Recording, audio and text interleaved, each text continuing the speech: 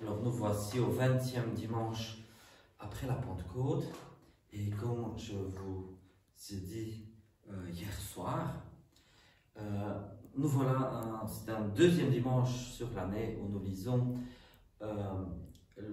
l'épisode où Jésus guérit le garçon d'un fonctionnaire royal, d'un centurion. Comme je l'ai dit hier, cet événement, on le lit dans l'évangile selon Matthieu, dans l'évangile selon Luc et dans l'évangile selon Jean. Je viens de lire ici la version selon Saint Jean. Et comme je l'ai dit hier, les écrivains ont du mal à comprendre cette relation entre ce centurion, fonctionnaire royal, donc c'est-à-dire délégué par l'empereur romain, et la personne avec qui il vit. Est-ce un... Enfin, ici, Saint Jean l'appelle son fils. Il dit son fils, mon petit enfant, mon fils. Ton fils vit. Chez Matthieu et Luc, on trouve une ambiguïté. Le garçon, l'enfant, l'esclave. L'esclave. Bien sûr, qu'entre un esclave et un fils, il y a beaucoup de différences. Hein. Mais c'est juste parce que les Juifs, l'assistance juive, ne connaît pas ce type de relation intime entre deux hommes. Alors, bien sûr, ce que le centurion vivait avec ce garçon, ce n'était pas un couple égalitaire comme nous avons aujourd'hui.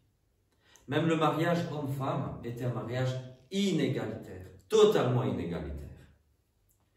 Et ici, on a donc un dominant et un dominé, j'ai envie de dire. Un plus âgé, un plus jeune. Un couple inégalitaire. Et c'est de ça qu'il s'agit ici. Alors, qu'est-ce que Jésus fait? Jésus, d'une part, ne vient pas dire à ce centurion « Tu vis dans le péché, tu es un homme sexuel, tu vis dans le péché, c'est Adam et Ève, pas Adam et Yves. » Jésus ne vient pas avec ça. Jésus reçoit la requête de ce couple, en fait. Donc l'un des deux est malade. Et c'est l'autre qui va intercéder pour lui. Seigneur, viens guérir mon garçon. Et probablement, Saint Jean dit son fils, parce que Saint Jean ne comprend probablement pas, d'autant moins que quelqu'un intercéderait pour son esclave. Dans l'Antiquité, les esclaves étaient battus et souvent battus jusqu'à la mort. Le maître de l'esclave avait tout pouvoir sur la vie de l'esclave. Paresseux, bam, bam, bam. Voilà. Et Saint Jean, probablement, a du mal à voir comment ce gars, si c'est son esclave, puisque nous savons que les auteurs de l'Évangile, selon Saint Jean, ont lu les synoptiques, Matthieu, Marc et Luc. Donc, ils lisent et ils corrigent historiquement certaines choses. Ils se disent, mais ça ne peut pas être son esclave, puisque un maître et son esclave ne sont pas si intimes que ça. C'est lui qui nous dit clairement, il avait un esclave qui lui était intime. Donc il y a une relation entre deux hommes, une relation romantique en fait, une relation de vie entre le centurion et son mignon, parce que c'est ça, c'est son mignon. Et Jésus, qu'est-ce qu'il fait? Il guérit. Il guérit le mignon du centurion. Et par cela même, nous pouvons dire qu'il bénit cette relation. Nous avons quelque chose d'équivalent aux noces de Cana. Et les deux choses se passent à Cana en Galilée. C'est drôle. Donc quand Jésus change l'eau en vin, c'est son premier miracle, son premier signe, comme nous dit Saint Jean, et ça se passe en Galilée, pas en Judée, à Cana de Galilée. Et ici, qu'est-ce qui se passe? Jésus retourne à Cana en Galilée, et c'est là qu'il guérit le mignon du centurion. C'est au même endroit, quasi, au même endroit, sur le même espace géographique que les deux choses arrivent. Et quand il change l'eau en vin au mariage de Cana en Galilée, par le fait même, il bénit ce mariage. Et ici, quand Jésus guérit le mignon du centurion, par cela même, il bénit leur relation. vendredi soir, j'ai trouvé dans notre boîte aux lettres un message. En fait, il y a un monsieur ou une madame, je ne sais pas parce que je ne l'ai jamais vu, qui, sur la commune de Namur, met partout des post-it avec « Lisez la Bible, lisez la Bible ». Et cette personne, avec de la peinture, écrit sur les bancs, sur le ravel « Lisez la Bible, lisez la Bible ». C'est un chrétien, sans doute fervent, mais qui a une mentalité, je vais dire, trop musulmane, où le but de la vie, c'est de lire la Bible et de mettre en pratique les commandements. Voilà. Et une vision très légaliste du christianisme. Parce que si on te projette une Bible, tu vas lire, tu vas te convertir parce que tu lis la Bible. Comme si moi, si je lisais la Mahabharata, j'adhérerais tout de suite à cette religion-là. Hein, le fait de lire le livre saint d'une religion ne te rend pas nécessairement adepte de cette religion-là. Donc, ce monsieur est un peu simple, j'ai envie de dire, il ou elle croit qu'il suffit de projeter des Bibles un peu partout et que les gens vont lire et vont adhérer au christianisme ou au Christ. La vision est un peu simpliste. Mais voilà, le fait de dire... Et alors, cette personne... mais aussi, voilà. Et alors ici, sans doute, elle s'est fâchée parce que nous avons mis dans la fenêtre de la chapelle un message d'inclusivité. Et donc, la personne m'a découpé une feuille de la Bible, Éphésiens chapitre 5 et 6. Et c'est justement l'épître d'aujourd'hui. Et donc, le monsieur en question me découpe surtout le passage où il s'agit du Christ et de l'Église et de l'époux et de l'épouse. La personne n'a rien écrit. Ah si, il m'a encore écrit lisez la Bible, puis il a ajouté d'autres trucs dessus. Mais en gros, pour cette personne-là, si je comprends bien ce message, l'idée est que, regardez dans Éphésiens, Saint Paul dit clairement qu'il faut un homme et une femme, un mari et une épouse, et c'est comme ça à la norme, puisqu'il y a aussi le Christ et l'Église. Alors, je vais expliquer un petit peu cela. Les prophètes de l'Ancien Testament, comme les apôtres du Nouveau Testament, cherchent et trouvent des exemples de leur vie de tous les jours pour parler de la relation entre Dieu et l'humanité. Et par exemple, il y a des paraboles. Déjà, le Christ nous donne plein de paraboles. Hein. Nous avons lu il n'y a pas longtemps la parabole avec le juge qui ne craint personne, qui ne craint pas Dieu, et une veuve qui vient le presser, rends-moi justice, rends-moi justice, rends-moi justice. Et l'autre qui fait, bon merde, cette veuve, elle me casse la tête, bon allez, je vais lui rendre justice. Mais Jésus nous donne ça pour nous dire que nous devons insister dans nos prières, même si nous ne voyons pas le résultat tout de suite. Hein? Donc même Jésus prend des exemples de la vie de tous les jours et les applique à Dieu et à son peuple. Ou on a allez, tout le monde connaît le moissonneur. Hein? Le semeur est sorti pour semer sa semence. Hein? Dieu, etc. Donc il y a des paraboles. Et dans l'Ancien Testament, quand les prophètes parlent de la relation entre Dieu et l'humanité, plus précisément entre Dieu et le peuple, son peuple d'Israël, il y a souvent des exemples.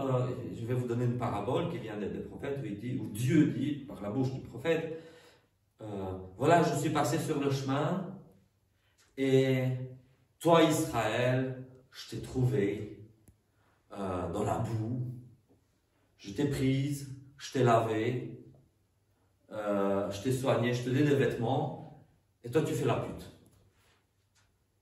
C'est pas une relation égalitaire. C'est c'est la relation d'un homme qui récupère une SDF, qui la lave, qui la soigne, qui en fait son épouse et qui elle est tellement ingrate qu'elle va se prostituer. C'est pas une relation égalitaire. Ça parle pas du mariage égalitaire. Ça parle d'un type de mariage qui existait à cette époque-là. Et on prend un type de mariage de cette époque-là et on va dire c'est comme ça Dieu et l'Église. Donc quand Saint Paul nous dit le Christ a aimé l'Église, etc. L'union entre le Christ et l'Église n'est pas une union égalitaire. C'est une union inégalitaire. Parce que le Christ, c'est le Créateur. C'est le Créateur, c'est Dieu qui fait alliance avec l'humanité. Donc c'est ça, c'est pas égalitaire du tout. Mais Saint Paul prend un exemple de sa vie de tous les jours, les mariages hétérosexuels inégalitaires de son temps et de son époque et de son espace de vie, et on prend ça, on va dire, voilà, la relation de Dieu avec l'humanité ressemble à ça. Mais de là à dire que le mariage doit être nécessairement comme ça, parce que c'est ça qui a été mis, c'est un contresens complet. C'est ne pas savoir interpréter les Écritures, mais du tout. C'est comme si je disais, je lis la parabole du semeur, et qu'est-ce que je prends, qu'est-ce qui est dit dans la parole du semeur? Seigneur, veux-tu que nous arrachions les mauvaises herbes? Il dit non, non, laissez que pousser ensemble. Je veux dire, j'ai lu dans cette parabole, c'est quoi le message pour moi? C'est qu'il ne faut pas arracher les mauvaises herbes. C'est vraiment ça. Donc dire que le mariage doit être comme nous le lisons dans l'Ancien Testament ou dans Saint Paul, parce qu'on a pris, c'est vraiment prendre bœuf pour vache, inverser le type et l'antitype, ne pas comprendre quel est le sens de la parabole en fait. C'est le truc le plus basique d'interprétation d'un texte biblique. Donc là, vraiment, voilà. Alors il ne suffit pas de lisez la Bible partout, je ne sais quoi. Non, il faut aussi interpréter la Bible, parce que juste lire comme ça, ça produit l'effet contraire. Alors, les nations, je vais venir à cela aussi, comme on l'a lu hier aussi dans Isaïe, et comme on lit ici dans l'Évangile aujourd'hui. Donc ce centurion romain, il faisait partie des nations, des gentils, comme on les appelle dans la Bible, les gentils. Parce qu'ils sont gentils, et les gentils, c'est-à-dire, on dit les gens parlent. Gentils, c'est de ça que ça vient, les gens, donc c'est-à-dire ceux qui sont... Ça traduit la notion de goïm, donc ceux qui ne sont pas du peuple juif. Et Dieu appelle les nations. En fait, comment ça se passe? Tout d'abord, Dieu crée tout. Dieu crée l'humanité en dernier lieu. Et l'humain vit dans un premier temps en obéissance par rapport à Dieu. Dieu lui dit, garde mes commandements, etc. Tu ne mangeras pas de... Voilà. Et puis il y a le démon qui tente l'humanité. L'humanité, par jalousie, l'humanité tombe dans le péché comme les démons. Et il y a cette alliance qui est rompue. Ensuite, qu'est-ce qui se passe? Il y a une autre alliance que Dieu fait à travers Noé. Et puis, mais malgré tout, ce qui se passe, c'est que l'humanité est complètement déchue. Donc il y a Noé. Ensuite, il y a Abraham. Dieu fait alliance avec Abraham. Et donc, en gros, Dieu ne peut plus, à cause du péché, Dieu ne peut plus mettre toute l'humanité sur pied d'égalité. Donc Dieu doit se choisir une portion de cette humanité et à travers elle commencer la restauration du genre humain tout entier et même de la création tout entière. Donc Dieu choisit Abraham, puis Dieu choisit, grâce à la foi d'Abraham, le peuple d'Israël. Dieu appelle Moïse, etc. Et il y a toujours cette promesse de l'inclusion de toutes les nations dans le salut. Et il y a beaucoup de prophéties dans l'Ancien Testament d'une nouvelle alliance, ou même, j'ai envie de dire, de la restauration de l'alliance primitive. Et cette alliance doit être faite avec toute l'humanité, pas qu'avec les Juifs. Et le Christ vient et il verse son sang, le sang de l'alliance, le sang de la nouvelle alliance. Et la nouvelle alliance est scellée en son sang. Et toutes les nations sont appelées à faire partie du peuple de Dieu. Alors, vous savez que par le passé, j'ai une carrière dans l'hôtellerie. Et pendant ma carrière dans l'hôtellerie, j'ai eu affaire à beaucoup de juifs pratiquants. qui se distinguaient un peu de tout le monde parce qu'ils avaient des exigences particulières. Et à travers leurs exigences, on pouvait un peu dialoguer. Enfin, j'ai eu l'occasion de, en toute honnêteté, ceux d'entre eux qui voulaient bien dialoguer avec moi, j'ai pu dialoguer avec eux. Et bon, ce sont tous les juifs ne sont pas comme ça. Ce sont ces juifs-là, ces juifs qui n'acceptent pas Jésus comme étant le Messie, mais qui disent, voilà, le peuple juif, c'est le peuple élu de Dieu, nous sommes le peuple élu, etc., etc. Et ce que j'ai vu au plus souvent, c'était des gens qui n'aspiraient pas à l'inclusion des goïms, l'inclusion des gentils. C'était plus des gens tournés vers l'idée que les peuples païens sont appelés à servir le peuple d'Israël et non pas le peuple d'Israël à amener au salut toutes les nations. Un contresens complet des Écritures, un contresens complet. Des personnes qui disaient aujourd'hui c'est sabbat, moi je ne peux pas travailler parce qu'aller me chercher la nourriture sur le buffet c'est du travail. Je vais demander à ma fille et à mon fils parce qu'ils n'ont pas encore 12-13 ans, ils sont encore petits assez, ils ne savent pas ce qu'ils font. Donc même s'ils font un péché, Dieu leur pardonne. Donc les enfants, allez chercher à maman et papa la nourriture parce qu'aujourd'hui c'est sabbat et nous on ne peut pas toucher à ça. On peut toucher la nourriture pour la mettre dans la bouche, mais aller chercher l'assiette, mon Dieu, c'est du travail. Et si ce n'était pas leurs enfants, c'était les autres personnes. Et je dialoguais avec ces gens, je disais, mais vous voulez que nous autres, les goïms, nous fassions ça et ça et ça et ça pendant le sabbat? Et puis on me répond, bah, de toute façon, c'est pas grave, parce que si vous faites un péché, bah, de toute façon vous êtes damnés. De toute façon vous êtes damnés. Mais nous on est saints, non, on peut pas. Voilà. Du pharisaïsme pur et dur, essence de pharisaïsme, que nous trouvons dans les évangiles, et puis là voilà au 21e siècle, mise en pratique. Ça existe toujours. Pourquoi je dis ça? Parce que ce n'est pas ça le projet de Dieu. Le projet de Dieu, c'est l'inclusion. L'inclusion. Et donc, inclusion de quoi? Ben, inclusion de tout le monde dans le projet de Dieu. Dans l'alliance de Dieu avec l'humanité.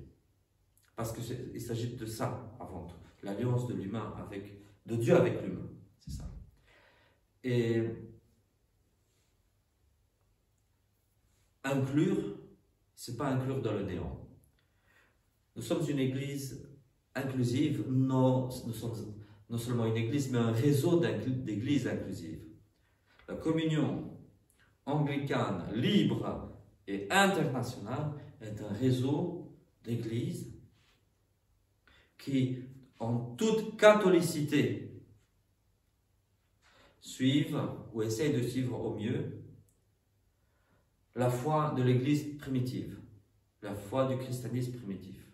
Mais cela ne nous empêche pas, de jour en jour, de devenir inclusif, d'améliorer notre inclusivité.